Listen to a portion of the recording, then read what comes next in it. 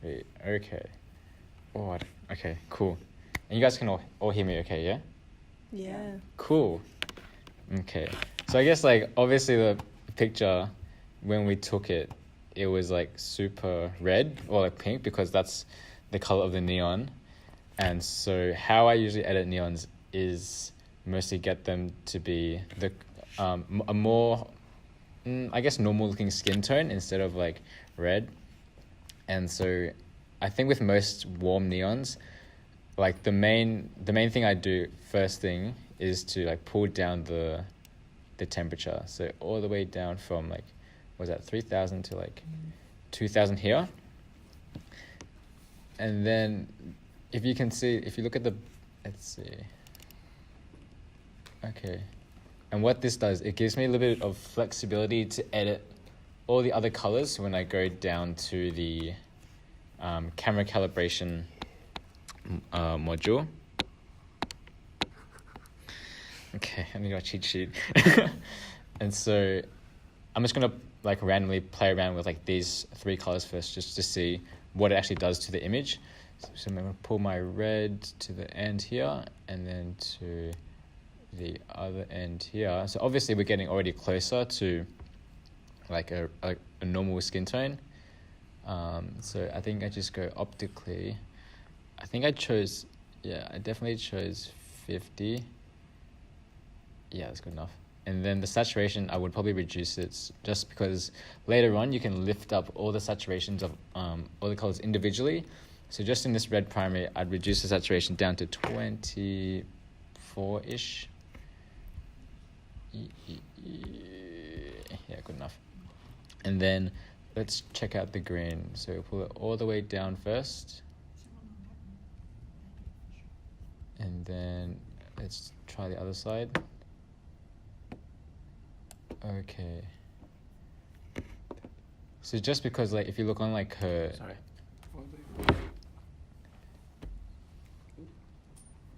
Yeah, cheers. Cool. So if you look on like, let's say this side of the...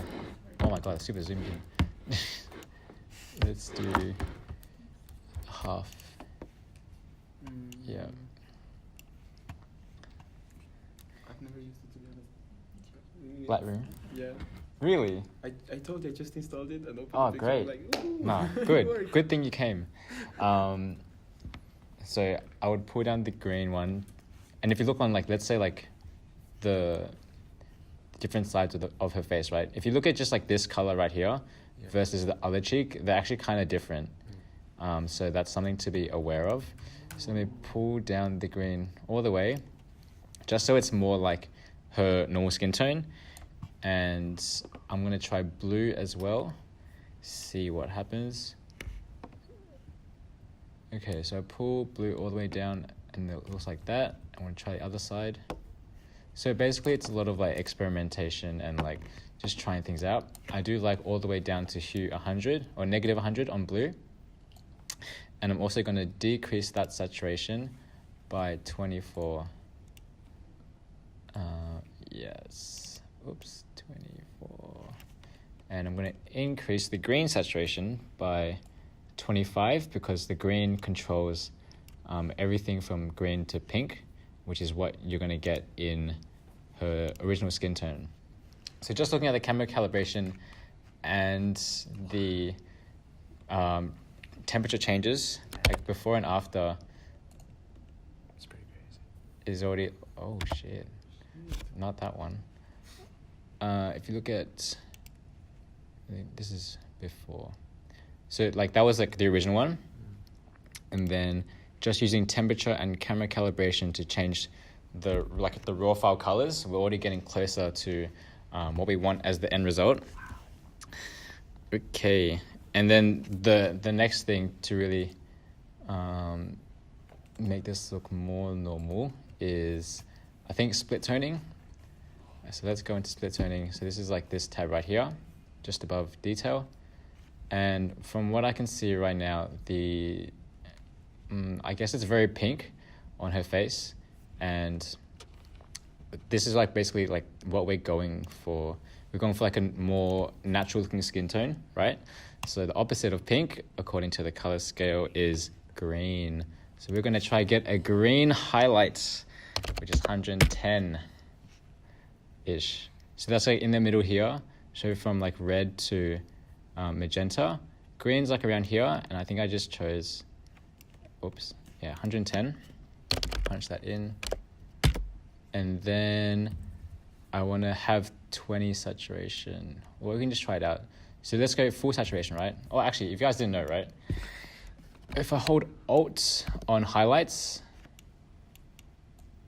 if I hold Alt on the hue, it will show me like 100% saturation for each individual hue. So I can slide the whole way and just pick one that I like. And I think this is how I got to my decision. So what's Alt on a Mac keyboard? Oh, Jesus. Option, I think. Sorry, guys. I usually use Mac as well. Oh, yeah, true. So we're going to go Option, and then I think I went 110 because that was correct for the amount of saturation that I wanted. Obviously, it's not going to go the right way if I went 100% saturation. That looks kind of wrong. But if I went down to like, let's say 20, then we're getting closer to the skin tone that we want. So basically using like those three tools: split toning, temperature, and it's a camera profile, whatever, camera calibration. I remember you saying you don't touch shadows, do you? I do in this one, actually. I do in this one. So I think I still thought the overall color. What did you do to the temperature? What did you do to the All the way down to 2000. 2000, Yeah. the minimum. And then go to camera calibrations at the end. So it's 2000, and I didn't touch tint at all. Mm-hmm. That's just too much to think about. So in shadows, 50, 24. I'm going to hold Alt or Option again, and then I'm going to see which shadows I like. So her skin tone naturally is a little bit warmer, so I think that's why I went for something in like the 20s, something close to like a orange red. So I think 24, and just like applying a slight bit of shadow, let's say 10. So that's that. If I can show you before and after again, it's just like this, before and after. And we've only changed like 3 modules, and they're all color modules actually, which is quite cool. Let's move on to, what did I do next? I probably did HSL next. HSL is hue, saturation, and luminance. So I think I just started from the top. Red, I think I changed. So what HSL changes, right? All of these controls change the original image and not what you currently see. So if I'm changing any of these, it would change it based on like what the original raw file is. So I'm going to go here. And I think I wanted to change it from the pink original just to a little bit more orange. So I think I bumped it up to like 5. And I don't think I did too much with the orange. Let's just try that out. No, because I would change like her lip color differently. So I think I just left that as it is. Let's try change yellow. I think yellow gives, I'm not sure. Wait, I'm not sure because there's actually no yellow in like this original image. Yeah. So I think you can just actually leave that as whatever, but I'll have it as -100 according to my notes. And then in my saturation, I didn't touch any of these because I can just control the overall. I think I like the balance of what it is right now, so that's why I didn't touch the saturation. And then in luminance, I bumped up the reds by around 16, 17. So that gives like a little bit more light onto like her face and like the highlights of like her shoulder. I'll show you like for red at 0. So that's 0, and then bump it up to 17. So it's like giving a little bit more light onto her face. Cool. And then there's a little bit of orange in the raw file as well. So I think I bumped that up a little bit. So I think that's captured in her hair. And then let's try this. So aqua, if we look at it before, it's like highlighting like all of this area.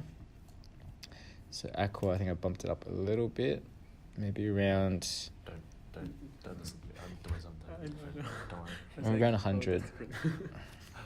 And then just a little bit of blue as well. So I think you can just change this around to like what you prefer, but this is what I have done previously. And so we're almost finished like all of the color tweaks. There's just a few things that we want to do within tone curves and in like this presence module. But in tone curves, let's see, I think it was still a little bit too dark in like this overall area, and we wanted to have a little bit more contrast.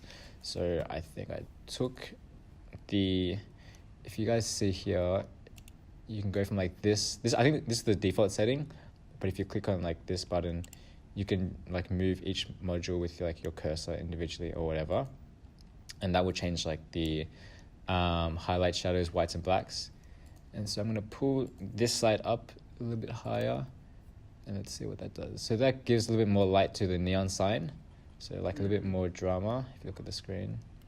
So up here, cool. And then I usually don't make the neon signs completely white, just because I want a little bit of color in them. So to remove white, or to remove the highest level of white, is you want to take this corner down. It's at 100 times 100 right now, but we want to move it down to like maybe like 90 something. So maybe like around 95 is cool. And even though you can't see this right now, we're going to change the channel and do the same thing, and that's going to change the color of this neon. And we're going to leave this bottom one here just because we want to make the blacks completely black. So in the green channel, if you want to choose green, I think we made the shadows and the blacks just a little bit more pink, so it has that like purple to blue tint. And then in the blue channel, which is where you control basically, it's like another control for like temperature, we want to lower the top bit by a little bit, and that's going to highlight. If we go all the way down, you can see like what it's doing to the neon sign. So we're going to highlight just a little bit of it, maybe around the same thing we did before, maybe like 95. And then we're going to do the same. Actually, I think that's it. So that's the tone curves done. What did you do to green again? Sorry? What did you do to the green again? The Sorry? green, I moved the blacks a little bit more to the right. So that means I reduce the green, which means I increase the pinks within the... By how much, more or less? Let's see. It's pretty close. It's like 0.8. So if I go pink like halfway, this is what it does. Yeah. But I only did a little bit just so we get a little bit of like purple pinks in the photo. So just around 2. I usually do around like 2% or something, because 1's too little and more than 3 is too much. So I think around that. So if we look at the before and after, I think I should do this. Oops. Oh god. Okay. So that's what it looks like right now. And I think now is when I would change the tones of the picture. Okay. So I usually start with just from highlights down to shadows. I probably increase the highlights a little bit. I'll show you what that does here. So if I do highlights all the way up, I've got the neons like completely blown out. But if I've got the highlights all the way down, it doesn't look like the neon's like too bright. So I want it like a good in between, but also just make the neons look brighter than it usually is. And then the shadows, I've bumped it up to around 20, just because I want to show more of the subject. And whites, I'd increase just a little bit. I think if I go white all the way up, it's like blowing out the neons again. So just white at +5. and then blacks, I think, just to have a bit more contrast, at -5. Okay, and then let's see. So down in this presence tab, I'd probably put clarity. I think I moved clarity on both sides, but maybe I preferred clarity just in the positive a little bit. So let's say like +10. And then I would bump up the overall saturation to, let's say, +12. And I think that's pretty close to the final image. I think just based on the light balance of this image, this corner area is too bright. So what I'd do is I'd get a gradual filter, go to the exposure preset, and then I'd maybe just bring it down to -1.2, and maybe decrease the shadows as well, just so it picks up as much as possible. So maybe like -25, 23, and then from the bottom corner, pull it all the way up, and so that gives like just a little more shadow on the back. Ah. That makes sense? How did you get that? No. Okay, so on Yeah. the top bit, right? Yeah. Ah. So the square, that's when you get the gradient, and then I chose the effect to be exposure, and then -1.2, and then -2.5 on shadows. And just because like I can control how much I want to hide in the back. If you press O on your keyboard when you have this on, the let's see if it comes up. The red area will show you where it's affecting the image. And so you have 1. We want to make that -1 because we want to negatively expose it. Sweet. And then what is with the lines? we want to drag it up If from you the go bottom. back, zoom out a bit. Cool. And then Drag it up. Good. Ooh, Okay. fancy. Am I moving too quickly? No, it's For a good. person that just installed a tiny bit, but otherwise, tiny bit. no. Okay. Let's see what else I did. So final touches, right? I think something that I usually do with my photos is I just put in some detail in the eyes. So I'm going to go super zoomed in. Maybe just like 1. Where's 1 to 1? Oh, here. Okay.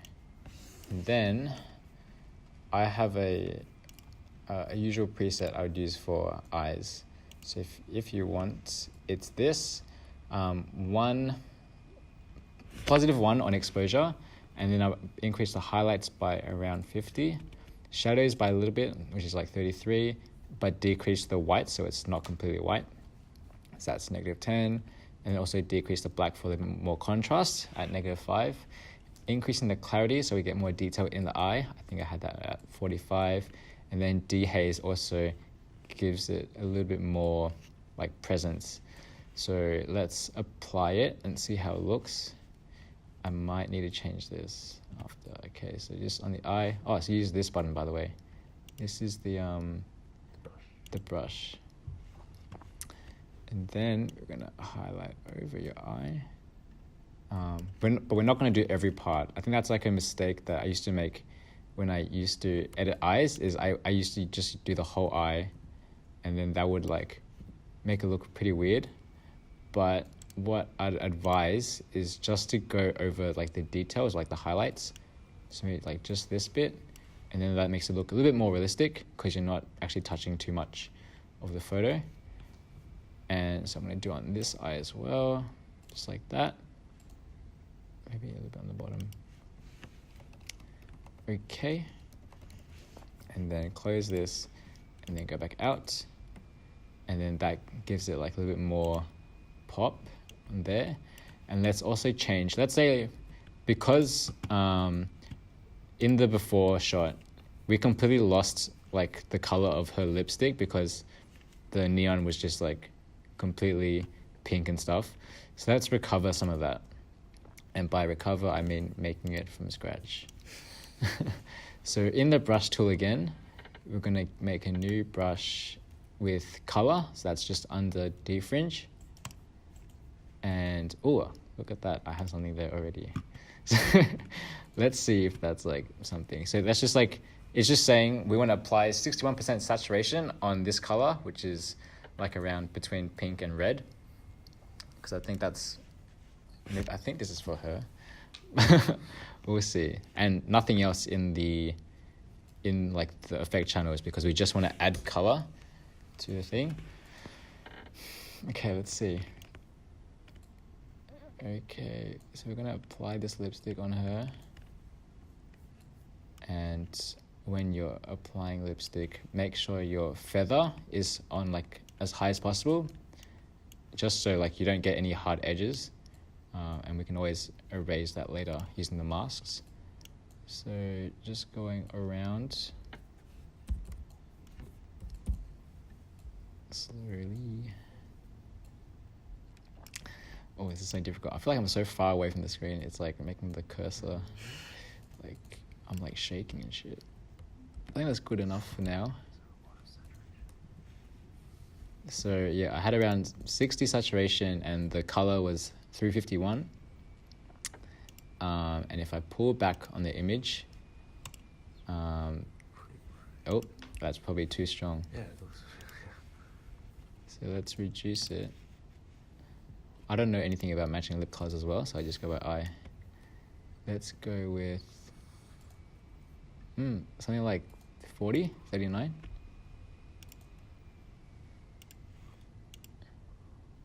Oh, probably too strong. I think it might even be the wrong hue. Yeah. What do you reckon, Toby? I'm looking at it right now. I reckon more on the pink side and even less. Let's say like 20.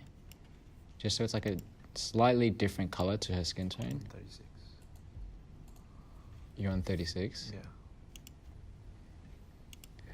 Just at least have some dynamic between the Yeah, skin. so you just want to separate the color of the skin tone and like the lip, because before it was effectively the same.